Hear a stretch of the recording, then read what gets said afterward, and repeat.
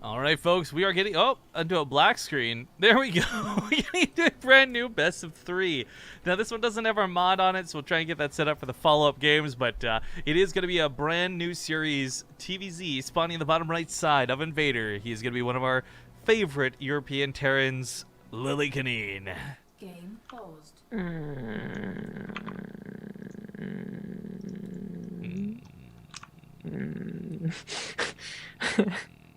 Okay, well, while we're waiting for this to unpause and enter the other player, I just want to point out Lillekanin's team, unfortunately, Red Bloods, recently lost funding and stopped being a thing recently. So I guess Imba is his new team. I'm not sure what the deal with this is. Maybe it's for fun, maybe it's for real. But this guy, while he doesn't have great tournament results, almost always gives us fun games to watch. Like, there's no player I'd rather watch win or lose. Sorry, win and lose, I guess, than Lillekanin. Yeah. In the top right on Invader, it is the Red Zerg Guru. Woo! Okay, so Invader is not the greatest map for Terran. It's not friendly in terms of the way you build. It's not friendly in terms of the way you expand. But all these things aside, Lillekanin is one of these guys who we invited to the map test tournament because he plays to the maps. He plays cheesy sometimes. He plays mech sometimes. He really does play a lot to maps as well. Rather than to, like, okay, I'm playing TVZ. Like, he'll find ways to abuse ledges. He was one of the guys we first saw using Dusk Towers and the Siege tanks, after all. So I don't imagine he's going to be too hurt by this map. But the spawn locations being what they are, this is going to be a difficult game to take, I think, beyond 3 bases for somebody like him. Yeah, that is the trick, is that I'm sure he'll have a couple of builds that are cheesy that you might use. It might be like 2-base Hellbound or something like that. But if it's not, and he's going for Sky Mech, for instance, or regular Mech too, this isn't it's just not a good situation. Like, the bases aren't so far apart, but they are a little awkward. But the fact that Guru can amass roaches very quickly and probably kill him before he gets anywhere is why I would think Lillekanin would be more eager to end the game early. So I just got a cool little link here on Skype while this goes on, and it's all the assets for Ting. Well, I mean, it's happening, guys. Oh my god. Tomorrow is the Korean qualifier. But no, it's like you can always talk and plan for events, but the second you get the assets and like everything good to go, that like really locks in and solidifies. So now I'm like really excited. I don't even know how many Koreans are going to show up. Like, you know, a lot of people who are still in the early, like, who've just qualified through might not want to invest potential time away from GSL or anything like that, but I'm excited. I'm excited for the Korean qualifiers tomorrow, just because I know we're going to probably see, like, you know, Sulky and Alive and our regulars. Yeah.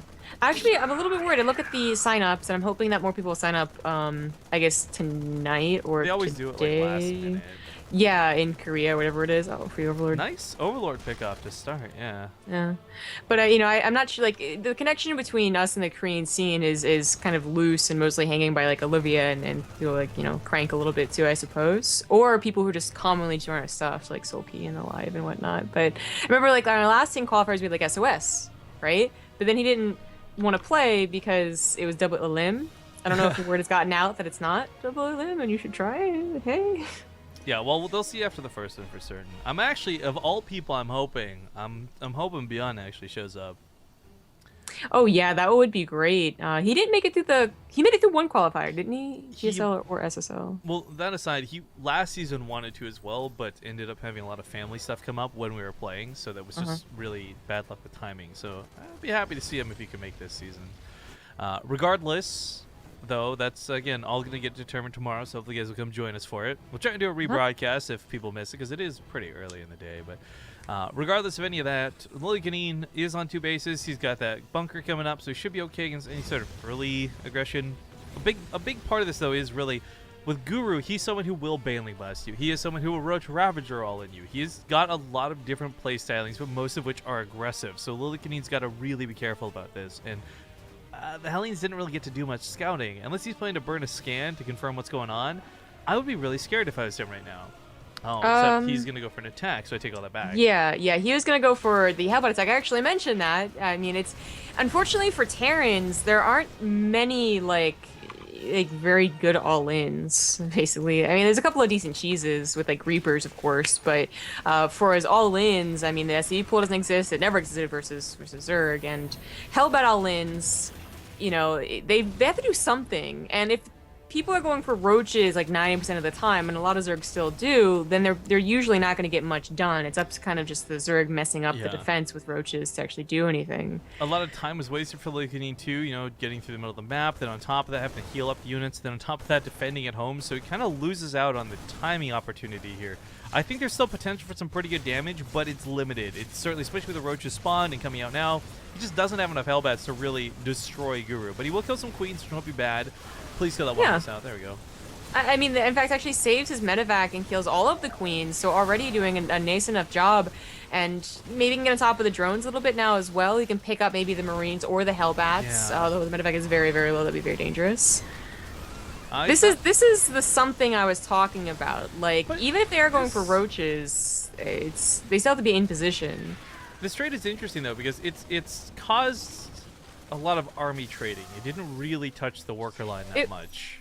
Yeah, economically, it did nothing, and that's still very worrying for Lillekanin. Like, you want to get drones in this as well, but at least it got a couple of actually got all queens. And that's a much bigger point than I think we had realized, because of course he's double pumping liberators behind this. So the queens not being here for anti-air is actually kind of a big deal. You're not going to have 5 queens on top of this.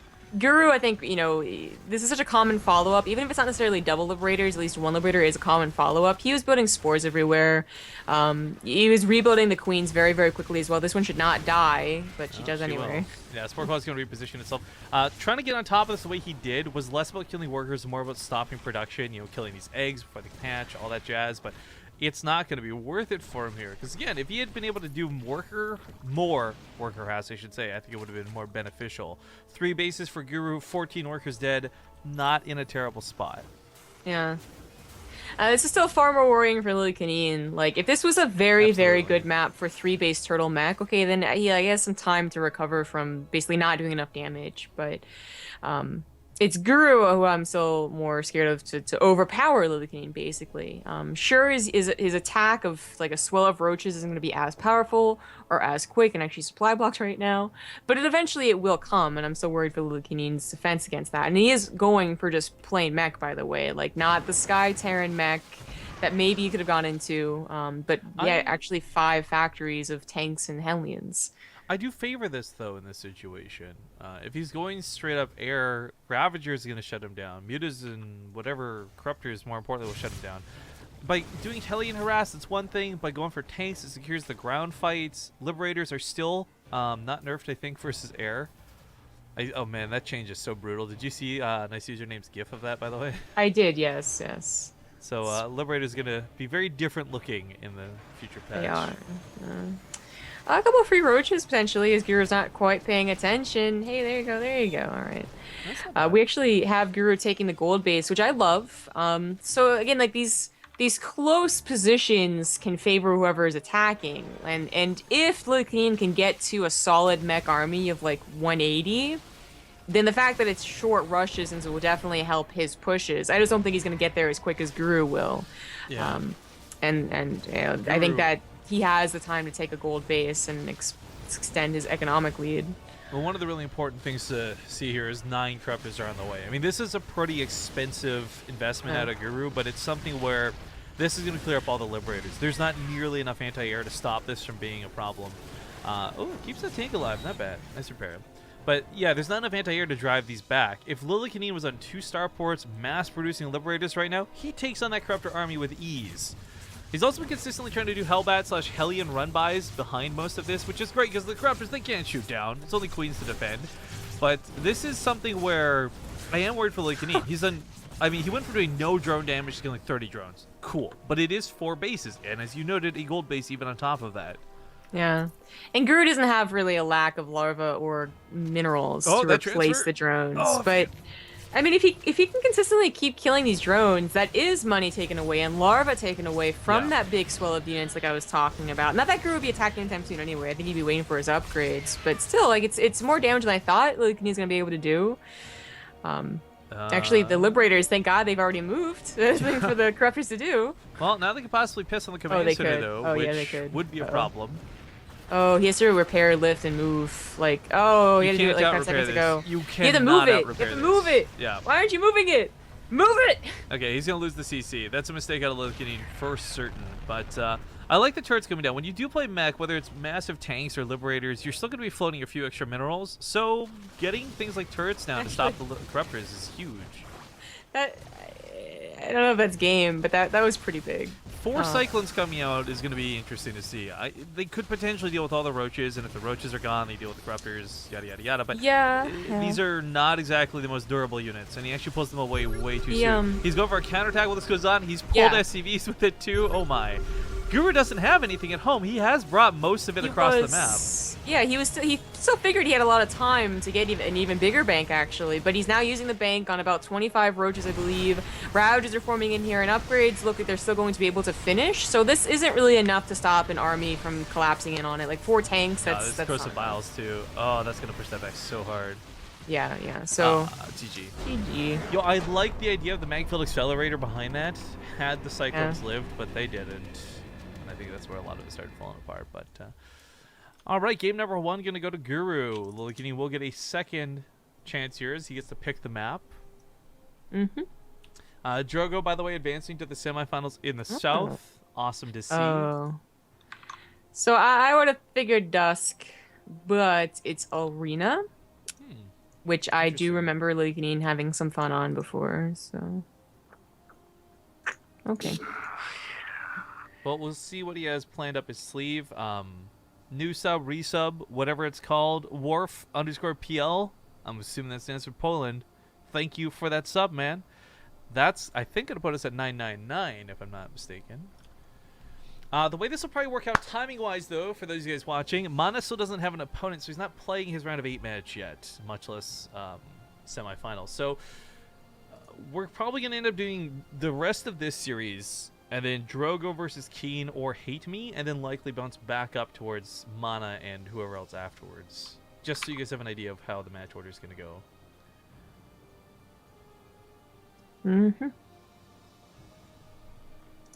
Join, please. Oh, I don't see it as a thing. That's weird. I'm not a thing. I'm a human being. Okay, I don't see the thing that is the icon next to the human being's name on my friends list. I invited you. Yeah, whatever. We're good. Oh, Reina, we'll see you guys soon. What the Come on over here. All right, folks, welcome back. This is, of course, the round of 8. Winner of this will go on into the semifinals. You're watching the Corsair Cup with Rifkin and Zombie Grub. In the top left side of Arena, though, we got the Green Terran. It was his pick. I was expecting to see some proxy barracks. We'll see if that ends up being the case. It's Lillekanin. Yeah. In the bottom left, as the red Zerg, it's Guru. And bada bing, bada boom. Yeah. So this is why I was like, you know, when I saw it was Arena, I was like, oh, once I thought about it for a second, because Lillekanin, for whatever reason, really likes proxy barracks on this map. And I say for whatever reason because, in general, it doesn't have a very high win rate, and I'm pretty sure Lillekanin doesn't have a very high win rate. We have yet to see this work. The one time we saw this work was that weird, crazy game versus Walmu. Okay, cool. Congratulations. Yeah, that was just Protoss. Yeah. But versus Zerg, we've actually, someone could challenge us. I'm pretty sure we have a 0% success rate with this type of build. We've seen it win twice. I've kind of been keeping track, so I want to say 2 out of the 15 times that we've seen it versus Zerg. That is to say that it's Marines, not Reapers, and it's a 2-4 racks. Because we've seen some other things. We've seen like the double 1 racks block off, and then just like a macro game type of deal, but. Anyway, the only reason those 2 games worked, though, was because the Zerg had very poor defense, to be honest. Yeah. Is this double Reaper the follow-up, though? I mean, what's with the gas? I'm really curious about that. I think he's just going to fall, because he went only for 2 barracks. He didn't go for 3 or even 4. You can actually afford 4.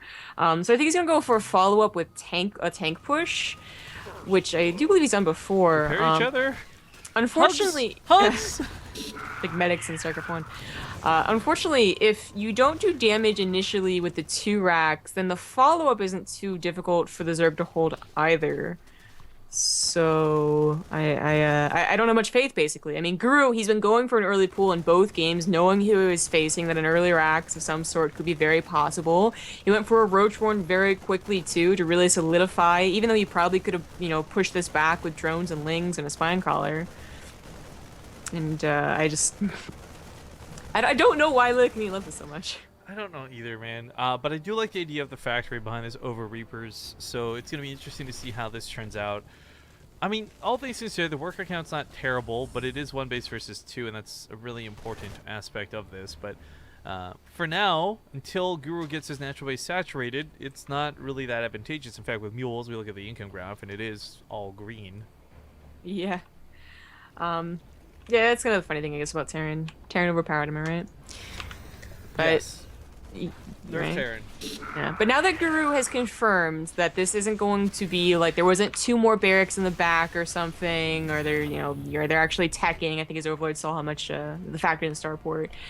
Guru can finally get that drone count up, which has been missing. He hasn't, been pumping that out, and that's why he's losing against those mules. But eventually, he should be able to catch up. And as long as he's safe and does, what any good Zerg does, no one to drone, no one to make units, I think he's got this game already on lockdown. Well, it's going to be interesting. So I'm thinking this is going to be a medevac, not Liberators, but being able to pick up and drop, do that micro, take control of this little location we always see.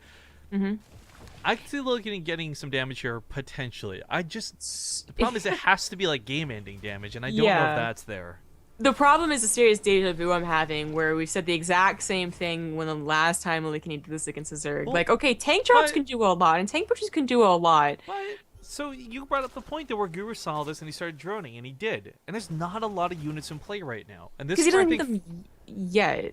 I think he's actually still fine. He's got to start building units now, though. He does, and that's the thing. Like, he's really on a clock now where Lillekanin doesn't have a lot, but he's got enough of the medevac to provide that problem where if he does keep droning, he's not going to have the units to defend. Tank gets some really nice splash damage. Folks find that first Ravager. I mean, this is a great start. That was questionable for Guru to stay there. I guess he didn't realize the tank was set up or something, but I don't know why he's still... the creep spread. Yeah, there finally is the roach. Like, I would have liked the roaches, 20 seconds sooner, but it's still a case where it's only 1 tank, and it won't be game-ending damage with only 1 tank and 5 Marines. If it was double that amount, then sure, that's scary. This was fighting totally backwards. Should have been Marines on the front line and tanks on the back line, so that's a bit awkward. Yeah. It does clean up the creep tomb, allow him to replace that barracks down, though, which is kind of neat, and I guess now we're going to start seeing some shuffling around with 2 medevacs and 2 tanks out. Yeah. Guru's had, I think, maybe a bit of a larva problem. Yeah, it looks like it. He only has 2 larvae. So he's got to start building queens, use up those minerals. And they're still going to be helpful. They can start focus firing down those medevacs to help. There's so many drones in play, too. I mean, drones are definitely not going to be the aim of the game here for Lillekanin. It's kill the army so you can win the game. Yeah, it's really going to be the snowball effect. And he's starting to get there a little bit. Like, the Marine count's actually high enough to be scary to overpower. 2 tanks can really help shell away at a hatchery. And, I mean, the hatchery goes down. It's a great start. Still not game over. Quick, too. Still not game over, though, with the 3rd base. Well, you talked about using the money on queens. Another big aspect of them is going to be able to focus down those medevacs. Because these medevacs are the problem. They're the key issue here, not necessarily the tanks. Tanks can be easily corrosive about. Tanks can easily be picked off. The medevacs are what give mobility to everything here in Lillekanin's army. Now that Marine count, by the way, is bulked up quite a bit with no splash damage, no banelings, no nothing. I feel like those are going to be able to storm in and just be the damage. Mm-hmm. Yeah, I think he realized his larva/queen problem a little late, because now he's building 3 queens. Oh, these are so slowlings. Oh my, I didn't even realize. Oh, I can ramp up the tanks that quickly. Yeah, he realized it too, so he's got speed all on the way, but still a long way to go. Now we have a 3rd tank joining the fray. We're going to have more medevacs, so even if he snipes 1, maybe the other one will still be able to save the tank, which is pretty important. Ooh, one just get really low. That's scary. This is still only just the tanks, by the way. I feel like, if he just lifts the barracks and goes now with the Marines he has, he's got the damage. Waiting for stim, which could be very surprising for Guru to deal with. I don't think he's thinking about the Marines right now. Oh, pick up that tank. Does save the tank. Still 3 in play. And this is so funny because I feel like the strength of this didn't come from the barracks. This really was like, he could have done this in a normal build the way Bunny does tank drops, and I feel like had the same level of success. Well, the stim is done, and there's a lot of medevacs to heal stim Marines. I think that Lillekanin actually does have this in Guru. He should. I don't think he pounced on his good start well enough. And there's a lot of queens here, and they're taking out the tanks finally, but there's not a lot of Ravagers left over, or roaches. And it's just Lings flooding in. Now 9 roaches are maybe going to deal with these Marines, but just one tank alone is going to give enough splash damage that hatchery is certainly going to die. Drones are going to get pulled into this. He's pulling the Marines back. There's medevacs healing their asses off to keep these units alive. Tank's got to get picked up. He's going to pull it back, but Lillekanin does not break Guru in this position. He doesn't. The roach reinforcements was just enough. The queens lasting as long as they did was just enough. And Lillekanin is still only on 1 base. I mean, this is a true all-in here. You know, he's going to run out soon, too. Like, he's going to have to, at some point, lift the command center and go to the natural base and set up new geysers. But this Spinecrawler takes out one of the tanks. That should not have happened. Yeah, that definitely not. I think that Lillekanin, there was even a case of him being a little overconfident with that first stim in, because like 3 tanks went down really quickly. Hatchery never died either. Like, oh, yeah, gosh. he never focused it down entirely, and there's actually a couple of transfuses that should be used on this as you see the Marines dropping. But you know, Guru, he's got eyes on the natural. He knows it was never taken. It's unlikely he would have missed the command center floating to the gold base, and yeah, that's game. So Lillekanin still has not won a 2 racks and above game on Arena that we've cast. I'm sure he's won them on ladder, but just keeping that score straight. Just keeping the dream alive. Versus Zerg, sorry. So a little bit more specific. That Wemu game was the outlier. All right, well, game, set, and match. So Guru's going to advance to the semifinals, possibly play against Mana later, but now we're going to try and get into Drogo's game. See if they're ready to play. Drogo versus... Who's he actually fighting against here? Keen. All right, we're going to go to a small break while we get this set up, guys. Don't go anywhere. Make sure to check out the links down below for the Corsair Gear while you're waiting, and we'll be back in 2 minutes with PVT semifinals, Drogo versus Keen.